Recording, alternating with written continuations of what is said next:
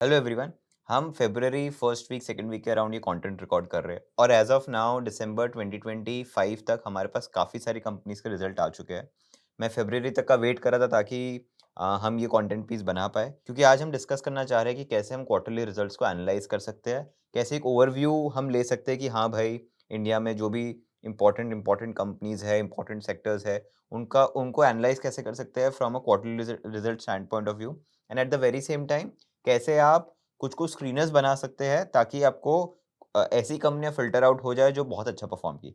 For example, अगर आप इस वीडियो में मेरे साथ एंड तक बने रहेंगे, तो एंड में मैंने एक स्क्रीनर डिस्कस किया है जहाँ पे आउट परफ़ॉर्मेंस विथ निफ्टी 500 पिछले 3 साल में इतना बड़ा है। ऑलराइट, मैं मज़ाक नहीं कर रहा हूँ, इतना बड़ा डिफ़रेंस है। सो इट्स वेरी इंपॉर्टेंट कि आप एंड तक बने रहे और देखें। वहाँ पे हम जैसे स्क्रीनर बनाते हैं नॉर्मल आरओई, आरओसी वो सब लेके नहीं बनाया है। हमने यहाँ पे क्या अर्निंग्स फ़ोरकास्ट की गई थी और क्या एक्चुअल में आई, वो सारी चीज़ों को भी कंसिडर करके स्क्रीनर बनाया है। सो चलिए चलते हैं और समझते हैं कि ये चीज़ें कैसे वर्क करती है। So when we talk about results, एक चीज़ बहुत इंपॉर्टेंट है कि आपको पता होना चाहिए कौन सी कंपनी का रिज़ल्ट कब आने वाला है। तो एक सिंपल सा फीचर मैं यूज़ करता हूँ, जो इस प्लेटफ़ॉर्म पे अवेलेबल है, शार्पली पे आप जाके यूज़ कर सकते हैं, फ्री फॉर ऑल है ये। तो it's basically the event calendar. Alright, event calendar में मैंने फाइनेंशियल रिज़ल्ट्स को हाइलाइट किया हुआ है। तो जो भी रिजल्ट्स कंपनी के आए हैं, आने वाले हैं, वो सभी यहाँ पे आ जाते हैं। For example, all upcoming results में इतने सारे रिजल्ट्स ऑलरेडी अनाउंस्ड है कि इस दिन पे आने वाले हैं, वो सब कुछ यहाँ पे लिखे गए हैं। ऑलराइट, वैसे ही आज कौन से रिजल्ट आए हैं, हम 3 फ़ेब को ये कंटेंट पीस रिकॉर्ड कर रहे हैं, तो 3 फ़ेब को कौन से रिजल्ट पीसेस आए हैं। अगर किसी को पता हो तो अडानी पोर्ट्स का रिजल्ट आया है जो बहुत अच्छा है, एंटरप्राइज़ का रिजल्ट आया है जो कि अच्छा है, and they have given a good performance also on the stock market. और भी कारण थे, आज फरवरी थी, कोई मार्केट अच्छा परफॉर्म किया, लेकिन ये रिजल्ट्स आज के दिन पे आए हुए हैं। लास्ट 7 डेज़ में कौन सा है, लास्ट 1 मंथ में कौन सा है, लास्ट 3 मंथ्स में कौन सा है। एक बेसिक कैलेंडर आपके पास होना चाहिए। अगर आप खुद की वॉच लिस्ट बना लो तो आपको वॉच लिस्ट के स्टॉक्स आपके रिजल्ट कैलेंडर में यहाँ पे दिख जाएँगे। तो एक बहुत बेसिक चीज़ है कि रिजल्ट्स के बारे में आपको पता होना चाहिए कौन सी कंपनी का रिजल्ट कब आने वाला है। मैन्युअली ट्रैक करना बहुत मुश्किल है। आप बीएसई पे हर कंपनी की वेबसाइट पे जा के नहीं ट्रैक कर सकते कि हाँ भाई, इसका रिजल्ट अब आएगा, ऐसा आएगा।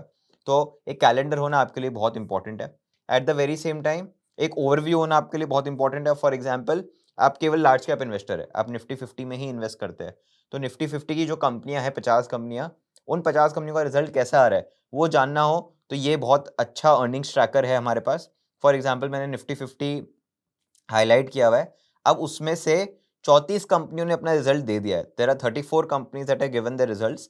अब उनका एनालिसिस कैसा है? बेसिक एनालिसिस, सेल्स का, प्रॉफिट का, इतना बेसिक एनालिसिस क्या कहता है?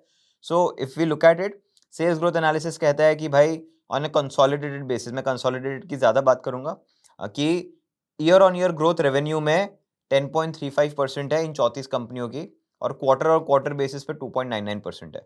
आई एम होपिंग सभी को पता है कि ईयर ऑन क्वार्टर का मीनिंग क्या होता है। ईयर ऑन ईयर का मीनिंग होता है कि दिसंबर 25 वर्सेस दिसंबर 24 वाले क्वार्टर में क्या रिजल्ट रहा था। क्वार्टर ऑन क्वार्टर का मीनिंग होता है कि दिसंबर 25 वर्सेस सितंबर 25 के बीच में क्या रिजल्ट रहा था। Alright, year on year compare करना ज़्यादा सही रहता है। ये ऐसा इसलिए होता है क्योंकि फॉर एग्जाम्पल, कोई कंपनी है, जैसे सीमेंट कंपनी है, तो सीमेंट के स्टॉक्स है, वो बारिश के टाइम पे ऑटोमेटिकली कम सेल्स देते हैं, क्योंकि बारिश के टाइम पे सीमेंट कम यूज़ होती है, क्योंकि कंस्ट्रक्शन का काम कम होता है। तो उस क्वार्टर को आप उस क्वार्टर से कंपेयर करिए जब पिछली बार भी बारिश हुई थी। तो इस तरीके से आप एनालाइज़ करते हैं, इसलिए ईयर ऑन ईयर ज़्यादा सेंस बनाता है। Quarter on quarter recent trend आपको बता रहा है कि कैसे है। एफएमसीजी कंपनी, इन सब कंपनियों में आपको वो चीज़ आप क्वार्टर ऑन क्वार्टर बेसिस पे भी देख पाते हैं। At the very same time आप यहाँ पे ये भी देख पा रहे हैं कि कौन से ऐसे स्टॉक्स हैं जिसमें सेल्स की ग्रोथ 0 से ज़्यादा रही है, मतलब नेगेटिव ग्रोथ रेट नहीं आई है।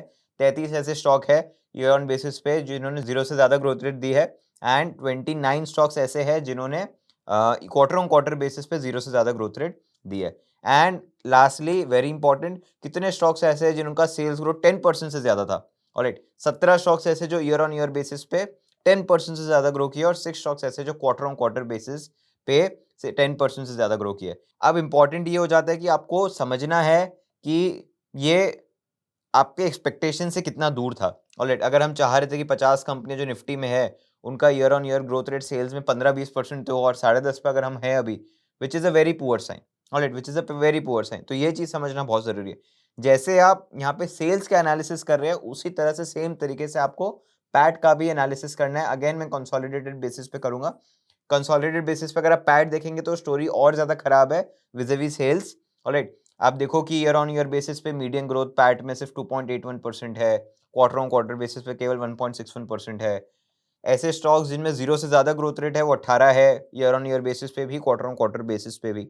ऐसे स्टॉक्स जिनमें 10% से ज़्यादा ग्रोथ रेट है पैट में, वो ईयर ऑन ईयर बेसिस पे 12 है और क्वार्टर ऑन क्वार्टर बेसिस पे 13 है। Again not a very healthy sign. आप सेल्स में देखोगे तो नंबर्स बेटर है, बट पैट में वो नंबर खराब है।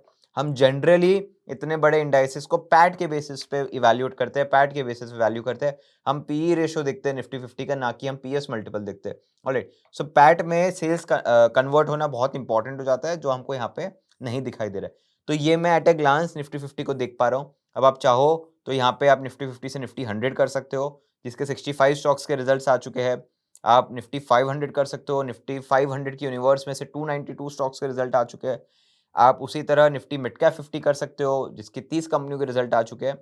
आप निफ्टी टोटल मार्केट कर सकते हो, जिसमें आपको 393 कंपनीज के रिजल्ट दिख रहे हैं। मोटा-मोटी 60% कंपनियों के रिजल्ट ऑलरेडी आ चुके हैं। 40 से 45% कंपनियों के रिजल्ट्स अभी नहीं आए हैं। ये मैंने इंडेक्स लेवल पे किया था। आप चाहो तो खुद की वॉच लिस्ट के बेसिस पे कर सकते हो, आप अपने सेक्टर के बेसिस पे भी कर सकते हो कि कौन सा सेक्टर को आपको देखना है। फॉर एग्जांपल आपको फॉरेस्ट मटेरियल्स देखना है, मैंने रैंडमली एक सेक्टर सेलेक्ट किया है, तो 10 कंपनियों के रिजल्ट आ चुके हैं अब तक।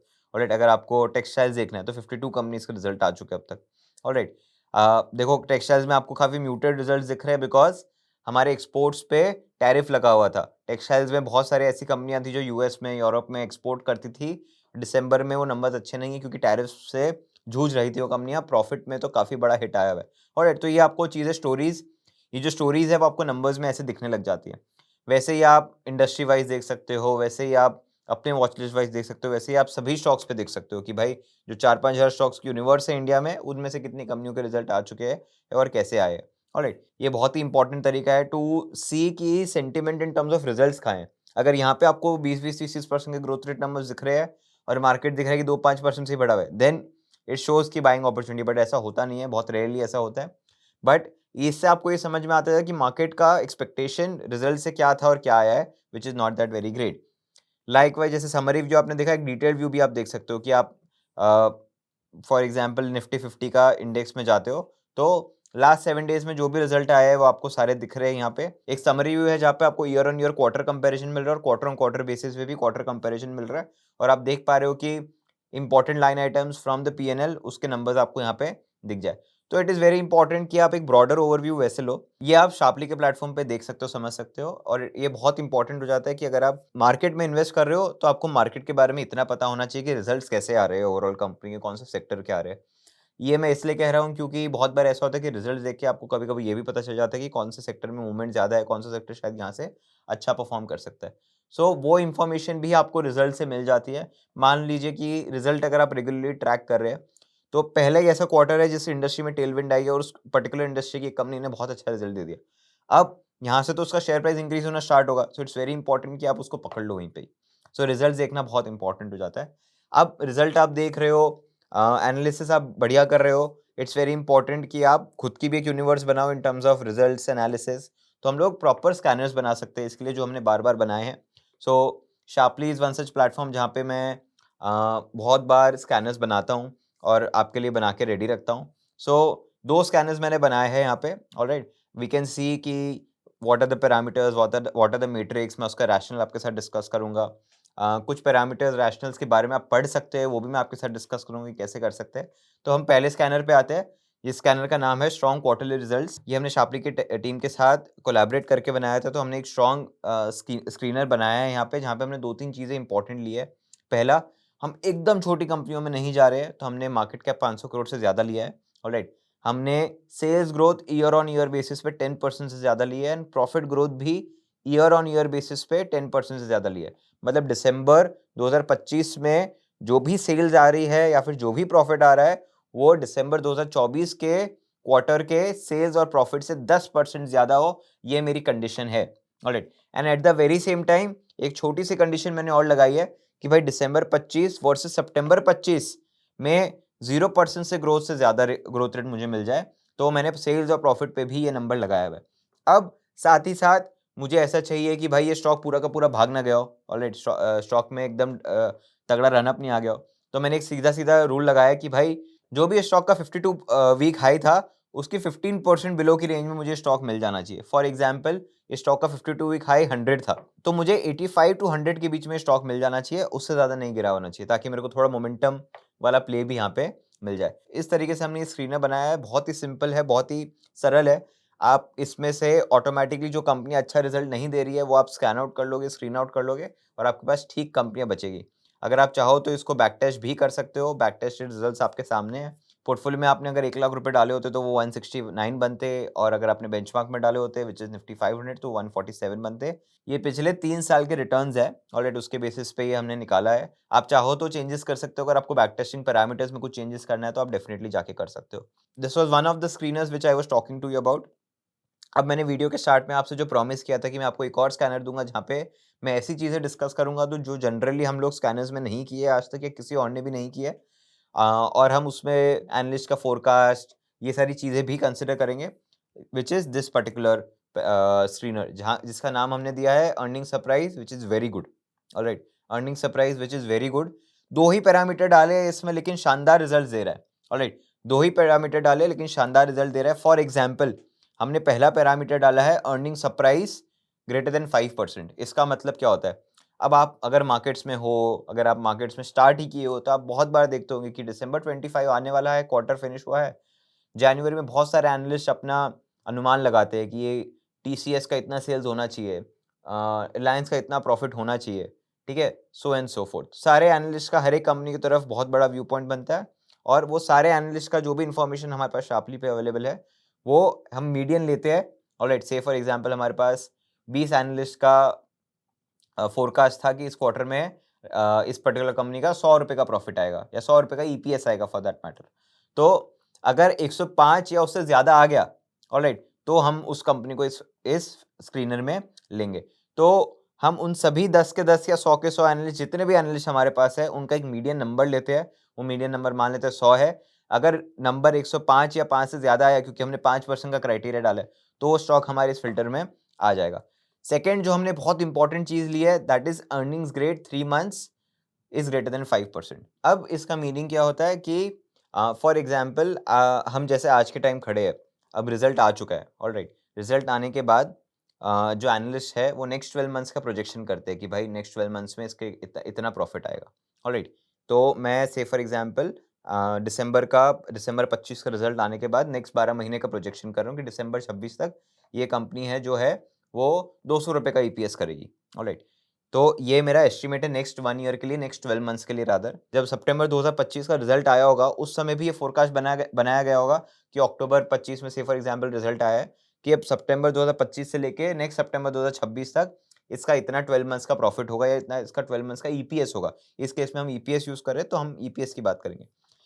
हम ये 2 नंबर को डिवाइड कर रहे हैं कि आज से मैं नेक्स्ट 12 महीने का जो ईपीएस एस्टिमेट कर रहा हूँ, that number in the numerator divided by जो मैंने 3 महीने पहले नेक्स्ट 12 मंथ्स का ईपीएस सोचा था, उन दोनों को डिवाइड करूँगा और वो नंबर 5% से अगर ज़्यादा है, तो वो नंबर यहाँ आ जाएगा। देखिए, ये बहुत ही इंटरेस्टिंग पैरामीटर है, सिंपल लॉजिक। मैं 12 महीने का अनुमान लगा रहा था, तो पहले जो मैं 12 महीने का अनुमान लगा रहा था, लेकिन अब जो मैं 12 महीने का अनुमान लगा रहा हूँ, अभी वाला जो अनुमान है, वो बेटर है पिछले वाले से, तो वो मेरा क्राइटेरिया मीट कर जाएगा। मैं बहुत सारे ऐसी कंडीशंस बनाने की कोशिश करता हूँ शार्पली की टीम के साथ। ठीक है, हम हमारे थॉट्स साथ में रखते हैं और हम समझते हैं कि क्या कंडीशन बन सकती है। तो एक कंडीशन हम लेके आए थे और इससे सुपर्ब रिजल्ट्स आते हैं। बाय चांस अगर मेरी कंडीशन आप यूज़ करते हो और आपको समझ नहीं आती, तो एक तरीका है जिससे आप ये समझ सकते हो। सिंपल सा लॉजिक है, आप यहाँ पे डॉक्स में जाएँगे, अगर आप स्कैनर पे आए हो डॉक्स में जाएँगे। डॉक्स में आपको सारे नंबर्स लिखे हुए होते हैं, अर्निंग्स अपग्रेड 3 मंथ्स, ऑलराइट। उसमें सारी चीज़ें हैं। आप यहाँ पे चाहो तो उसके अंदर वाली चीज़ भी समझ सकते हो जाके, ऑलराइट। जो ग्लॉसरी बना हुआ है आपके लिए, आप वो कभी भी जाके एक्सप्लोर कर सकते हो। इसको आप बैक टेस्ट करके देखो, इसमें भी रिजल्ट्स आपको दिखेंगे।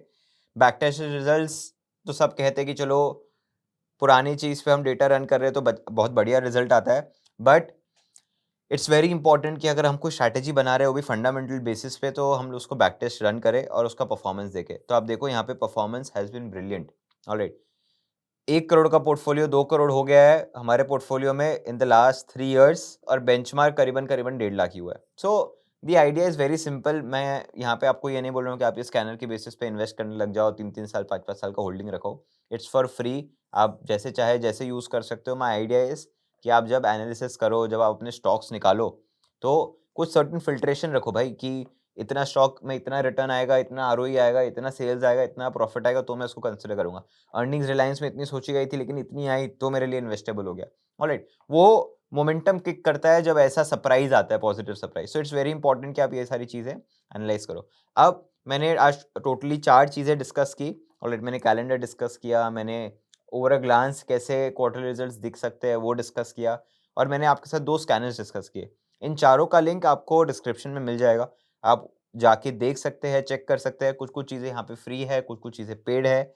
आप अपने कन्वीनियंस के हिसाब से जो आपको रिलेवेंट लग रहा है, वो चीज़ एक्सप्लोर कर सकते हैं, फ्री चीज़ एक्सप्लोर कर सकते हैं, पेड चीज़ एक्सप्लोर कर सकते हैं। Alright, that is completely up to you. But the idea is कि we need a good analytical platform. तो हम हमारे यूसेज के लिए प्लेटफ़ॉर्म यूज़ करते हैं। हम आपसे प्रीच नहीं कर रहे कि आप भी ये यूज़ करें, it's completely up to you. But the point is, at the end of the day, जब हम ये वीडियो आज अभी क्लोज़ करें, तो हम ये समझे कि भाई ये एनालिसिस करना बहुत ही इम्पोर्टेंट हो जाता है, और हम किसी के रैंडम टिप पे आके इन्वेस्ट कर रहे हैं, वो चीज़ हमको नहीं करनी है। हमको हमारा स्क्रीनर स्कैनर बताएगा, हमारा फंडामेंटल एनालिसिस बताएगा, तो ही हमको इन्वेस्टिंग उसमें करनी है। आई एम होपिंग आप सभी को ये वीडियो बहुत पसंद आई हो। आपको नेक्स्ट क्या चीज़ पे वीडियो चाहिए हो, डेफिनिटली हमको बताइए। हम लोग इस चैनल को बिल्ड करने की बहुत मेहनत कर रहे हैं, तो प्लीज़ आप अपने फीडबैक दीजिए, सजेशंस दीजिए कि हम कैसे बेटर कर सकते हैं, और हमें कमेंट सेक्शन में ज़रूर बताइएगा आपको ये वीडियो कैसा लगा। Thank you so much.